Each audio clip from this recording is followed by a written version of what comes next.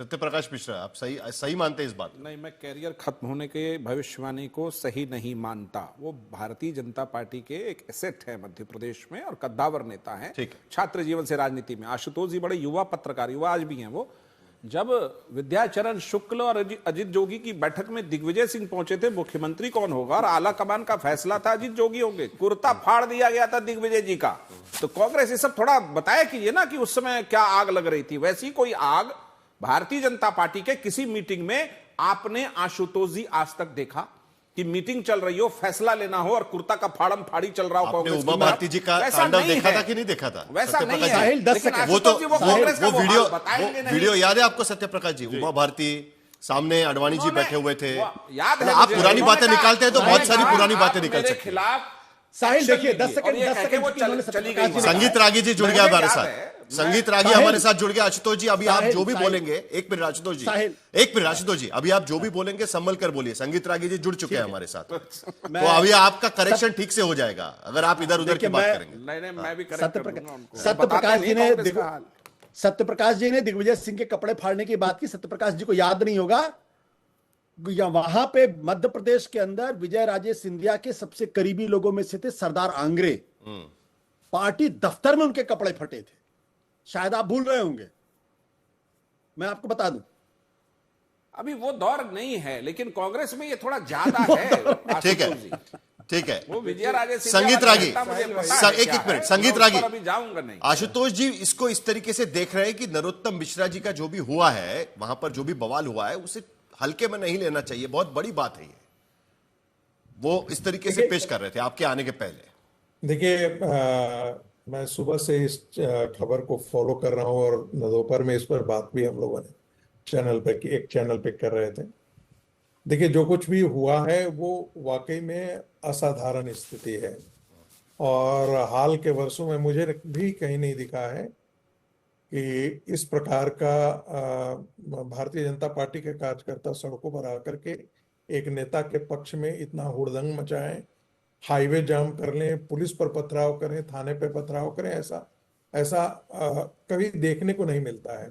दो चीजें इससे निकल करके आती हैं, या तो नेता बहुत इतना प्रभावशाली है उस क्षेत्र में और इसकी इतनी पॉपुलैरिटी है जिसके कारण लोग इमोशनल होकर के सड़कों पर आ गए हैं, या ऐसी चीजों को उस नेता स्वयं ने बढ़ावा दिया हो। दो स्थितियां हैं इस चीज को एक्सप्लेन करती है।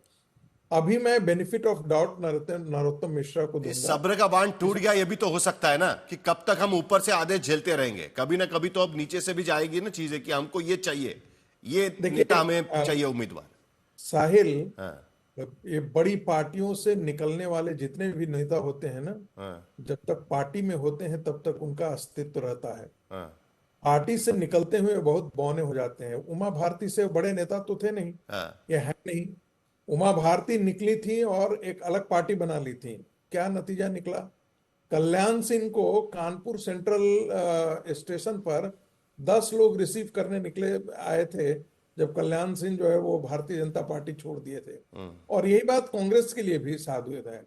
नारायण दत्त तिवारी से लेकर के अर्जुन सिंह और बाकी सभी कांग्रेस से बाहर निकल कर गए, अपने बदौलत वो कुछ भी नहीं कर पाए। ठीक है, तो ये भी अच्छे तरीके से जानते हैं नरोत्तम मिश्रा। नवल किशोर जी वहां पे एक समय नंबर 2 के थे।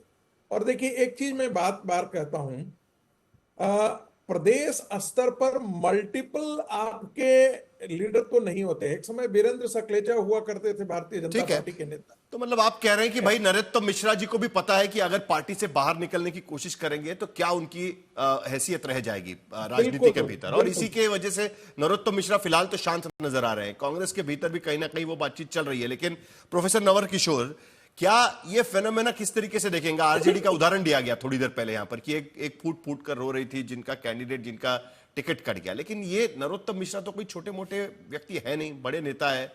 तो ये ज्यादा उसको हम देख रहे हैं कि भाई बड़ी बगावत के तौर पर, क्योंकि आशुतोष कह रहे हैं कि वरना हम शो नहीं करते उस पर, लेकिन बात तो हो रही है पूरा सड़क का हाईवे जाम करके रखा हुआ है। नहीं, देखिए साहिल जी, ये भारतीय जनता पार्टी का जो चरित्र है वो खुलेआम बाहर दिख रहा है आज के डेट में।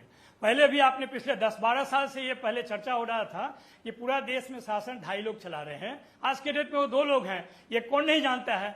जब भी मौका मिलेगा भारतीय जनता पार्टी से इस तरह के बड़े बड़े चिंगारी निकलेंगे, राज्यवार निकलेंगे, केवल मध्य प्रदेश में नहीं, हर राज्य में ऐसे व्यक्ति होंगे, इवन कैबिनेट में होंगे कि मंत्रिमंडल तो है लेकिन उनको पता नहीं है कि कब उनके सेक्रेटरी बदल दिए जाएंगे बिना पूछे हुए, कब उनका मंत्रालय बदल दिया गया। अभी देखिएगा मंत्रिमंडल का जो हेरफेर होगा तब भी पता चल जाएगा कि किसको कौन और कैसे निकाल दिया गया। तो ये बात तो भारतीय जनता पार्टी के पिछले 10-12 साल के सत्ता के चरित्र में है। दूसरा सवाल ये है कि वही एसपी मध्य प्रदेश में जहां भारतीय जनता पार्टी के कार्यकर्ता कर रहे हैं वहां पे एसपी पिटा जाता है और मेरठ में एसपी पीटता है खुलेआम, जबकि आंदोलनकारी किसी खास मुद्दे को लेकर जो कि समाज हित में है वहां पर एसपी एकदम बेशर्मी से पीट रहा है। ये सत्ता का चरित्र है। तो जो अनुशासन जो आप नाम दे रहे हैं कि भारतीय जनता पार्टी अनुशासन के साथ संगठन चलाती है, अनुशासन इतना ही महत्वपूर्ण होता और जीत के लिए इतना ही सपोर्टिंग समर्थक तत्व होता तो ये शासन तंत्र का इस्तेमाल क्यों करते। पूरे देश में आप देखिए जहां भी चुनाव होता है शासन के विभिन्न तंत्र और संस्थाओं का इस्तेमाल क्यों करते। अगर इतना ही भारतीय जनता पार्टी का जो दल और संगठन जो है वो इतना महत्वपूर्ण है। अभी सत्यप्रकाश मिश्रा जी जिन्होंने अपना अवतार बदला है, पहले जेडीयू के समर्थक जाने जाते थे आशुतोष भाई, आज विशेषज्ञ बन के आए हैं। इनको पता नहीं है कि जो कुर्ता फाड़ा था उसको बुला के पहले टिकट दिया गया था, उसको भी नहीं मालूम था। तो जो चुनाव मैदान में टिकट दिया जाता है उस समय उसको शिकायत नहीं होता है चुनाव मैदान में, लेकिन जब बदल दिया जाता है तब आप टिकट कहते हो कटने के कि वहां पर बाद कुर्ता फाड़ा। जो लोगों की हालत तो होती ये है, बात सत्यप्रकाश जी ये बात तो माननी पड़ेगी ना कि टिकट कटने के बाद लोगों की हालत तो बुरी हो ही जाती है और उसी की वजह से ये बवाल होता रहता है। लेकिन एक मिनट संगीत रागी जी, ये तो एक मिनट, ये सत्ता का दोहरा चरित्र तो नजर आता है ना, सत्ता का दोहरा चरित्र तो नजर आता है ना कि वो सही कह रहे हैं कि एक जगह पर एसपी पीट रहे हैं और यहां पर एसपी को पीटा जा रहा है। साहिल जी एक पॉइंट और बोलना चाहते थे। साहिल जी 15 सेकंड और दीजिए। 10 सेकंड, आखिरी 10 सेकंड है संगीत रागी जी। साहिल, पटना में हमने जब लालू प्रसाद जी का राज चल रहा था तो पटना में हमने पटना के डीएम को खैनी बनाते हुए भी देखा है लालू जी के लिए, और चप्पल उठाते हुए भी हम लोगों ने बट यही चीज अगर दोहराई जा रही है तब तो सवाल उठेगा ना कि वो नहीं होना चाहिए, इसीलिए तो सत्ता बदली गई थी। लेकिन सत्ता का दोहरा चरित्र एक तरफ है, लेकिन दूसरी तरफ स्थानीय नाराजगी आगे बढ़कर क्या चुनौती